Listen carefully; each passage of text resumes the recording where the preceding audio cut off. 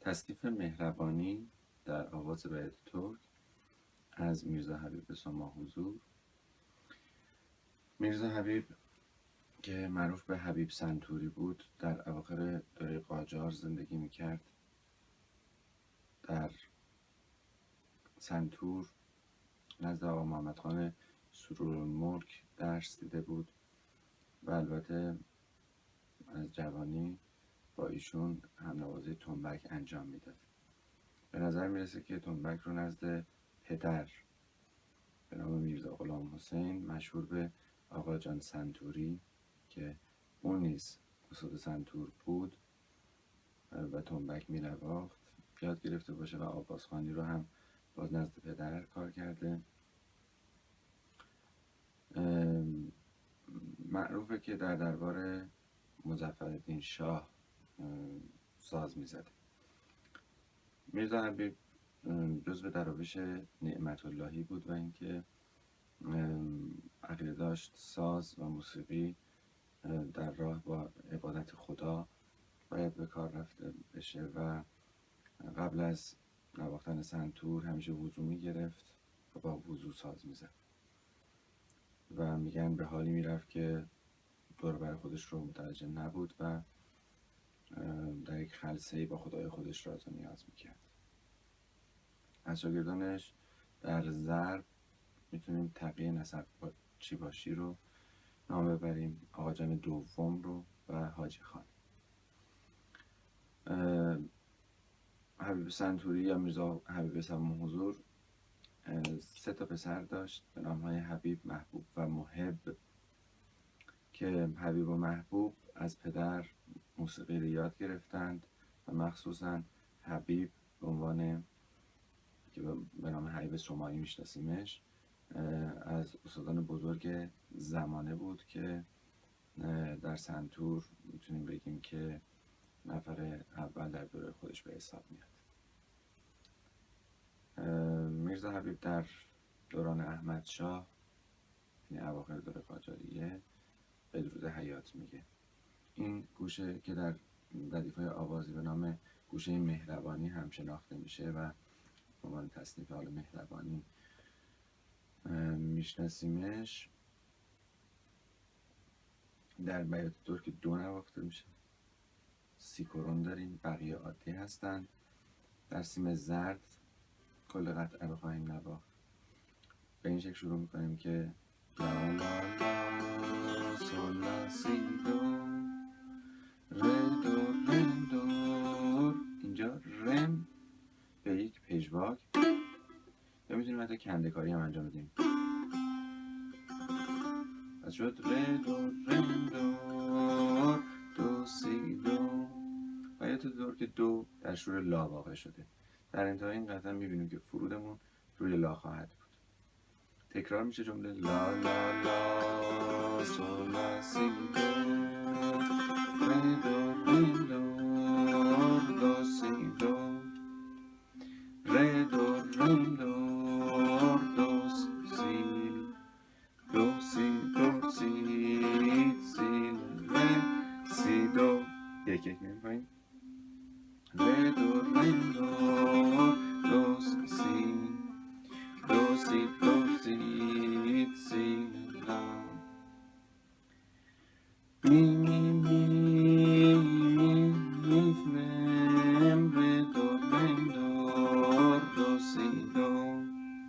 تکرار میشه همین جمله و بعد قبلی ها، یعنی دوباره میگیم لا لا لا لا سی دو ره دو رم دو دو سو لا لا لا لا سی دو ره دو رم دو دو سی دو ره دو رم دو دو سی دو سی دو سی سی لا.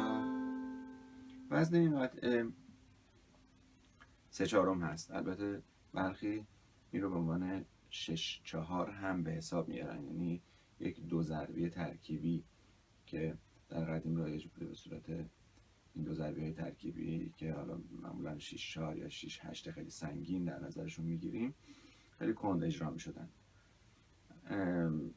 اونهایی که نظرشون رو 6 تایی هست به این شکل در نظر میگیرن که به حریم خلوت خود شبی، یعنی این هر جمله ای رو در 6 تا مجموعه در نظر میگیرن که البته این اگر بخواد به این نگاه باشه میتونه درست باشه، ولی نظر من اینه که با توجه به آکسان بندی که این قطعه داره ما میتونیم این رو 3/4 در نظر بگیریم، یعنی به حریم خلوت خود شبی. اگر بخوایم با مترونوم اجراش کنیم با سرعت 70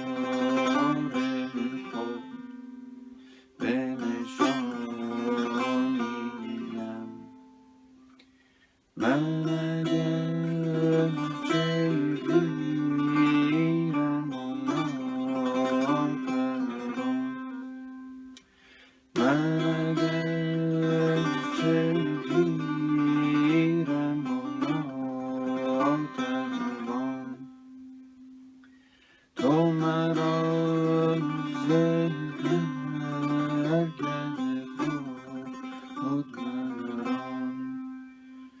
که